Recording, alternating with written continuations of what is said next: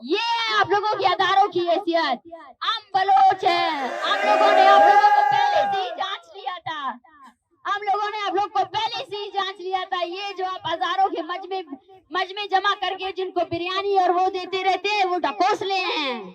यहाँ पर आपकी जुडिशरी, आपकी मीडिया, सबके सब करप्ट है। हमें कहा जाता है कि आप एंटी स्टेट हो। मैं उनसे पूछती हूँ, क्या ये स्टेट सिर्फ और सिर्फ मिलिट्री स्टेट है? क्या हम आपके रियासत के शहरी नहीं है? क्या आपका पार्लियामेंट स्टेट का हिस्सा नहीं है? क्या आपका कौमी असेंबली स्टेट का हिस्सा नहीं है?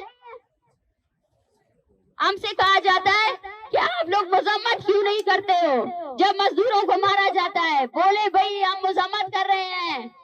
आप मुझसे ये कहें कि आप ये बताएं कि ये जंग सबसे पहले शुरू किसने की थी? सबसे पहले मारदार किसने शुरू किया था? आपने किया था।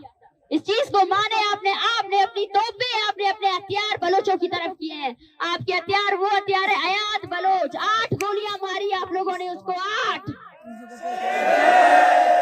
गोलियां मारी। उसकी माँ की वो तस्वीर, तो आपके उसके लिए किसी सबूत की जरूरत नहीं। उसकी माँ की वो तस्वीर, ये रियासत जब तक कायम रहेगी ना, उसको वही बदवाएं मिलती रहेगी। उसकी माँ ने कहा कि 8वीं गोली ना मारो, हो सकता है मेरा बच्चा बच जाए। ये माए जो आई है ना, ये थक चुकी हैं। इनकी थकन को महसूस करें। इनमें से हर एक बंदा एक किस्सा, एक कहानी है। एक मरी यहाँ बैठी है, वो बोलती है मेरी बेटी की एक ही चीज है मेरे पास, उसकी तस्वीर।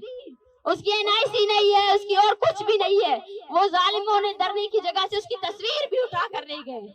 देखिए बलोचों के लिए उनकी तस्वीरें भी नहीं छोड़ी जाती है। वो औरतें यहाँ बैठी हैं, 14 साल से आपके प्यारे को कोई तशद्दुद दे, आप कैसा महसूस करेंगी? वो बच्चे हैं यहाँ पे जो बड़े हो गए, उन्होंने अपने बाप को नहीं देखा है। ये गैर इंसानी अमल नहीं है कि आप इसकी मजम्मत नहीं करते हो?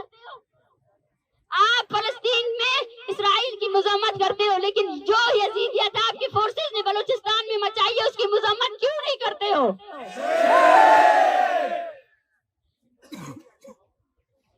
हमें फख्र है कि हमने बलूचिस्तान में जो तहरीक चलाई, वो तहरीक क्लियर थी। वो तहरीक हमारे आबा अजदाद ने जो चलाई, हमने यही कहा कि जब तक ये स्टेट मिलिटराइजेशन को खत्म नहीं करेगी, मासूम लोगों का कत्लेआम खत्म नहीं करेगी, यहाँ कोई डेमोक्रेसी नहीं होगी, कोई इंसाफ नहीं होगा।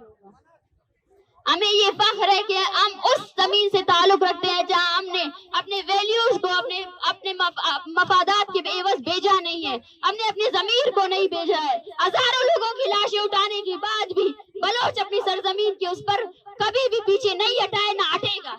बलोच है और रहेगा। आप उसकी शिनाख्त के बेसिस पर आप उसको खत्म नहीं कर सकते, उसकी नस्ल कुशी नहीं कर सकते हैं। आपने बलोचों को मारा ये कहकर कि बलोच शायद खामोश हो जाएंगे, लेकिन आप भूल गए कि बलोच खामोश होने वाली कौम है ही नहीं।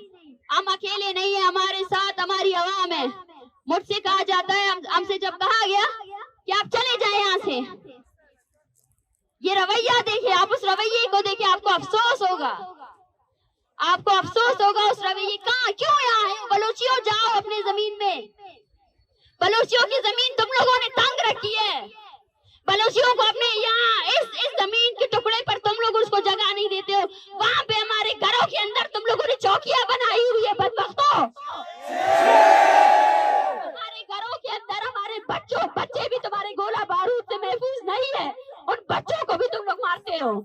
हमने तो नहीं कहा था कि हमारे घरों के अंदर आओ, हमारे औरतों को मारो। और तुम्हारे इस शहर इख्तिदार में सही किया तुम लोगों ने। मैं बोलती हूँ सही किया, बहुत अच्छा किया। तुम लोग हमें तोड़ना चाहते थे, लेकिन हम टूटेंगे नहीं। हमने आप लोगों को ये साबित कर दिया कि क्या है ये रियासत। जब अनीसा से डर सकती है, जो अनीसा अपने 14 साल से लापता बाप के लिए निकली है, ये रियासत जब उससे डर सकती है, तो ये रियासत कहाँ से बलोच कौम का मुकाबला कर सकती है?